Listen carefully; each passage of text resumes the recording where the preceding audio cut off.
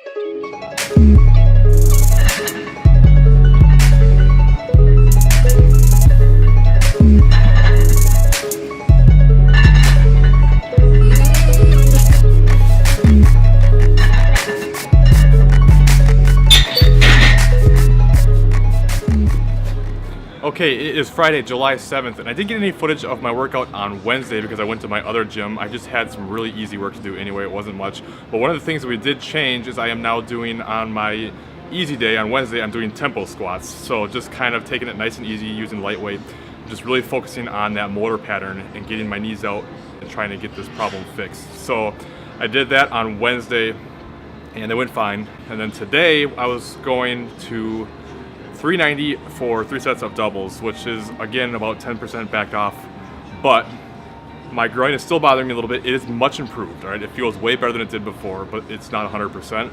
So it was still a little bit tight. I did the first set.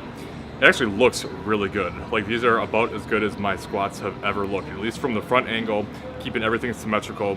They look fantastic. So that's the really good news. Like they feel much better. They look much better, but the groin is still a little bit tight.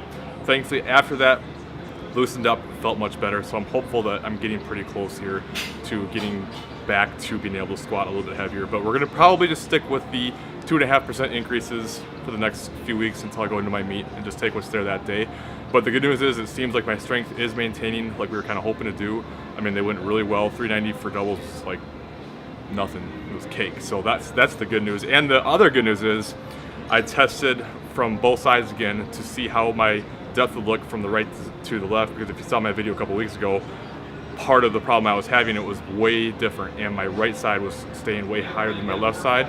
So it actually looked a lot better this day, and they got much deeper, so everything is moving much better, feeling much better, so I'm very thankful there. So we're heading in the right direction. I know this video was pretty short and sweet and not a lot to it, apologize for that, but you know, deload week, there's not a whole lot to talk about, right? So I am going in the right direction. I am 4 weeks out from my meet and feeling better. So we shall see how things go, and I will talk to you guys next week.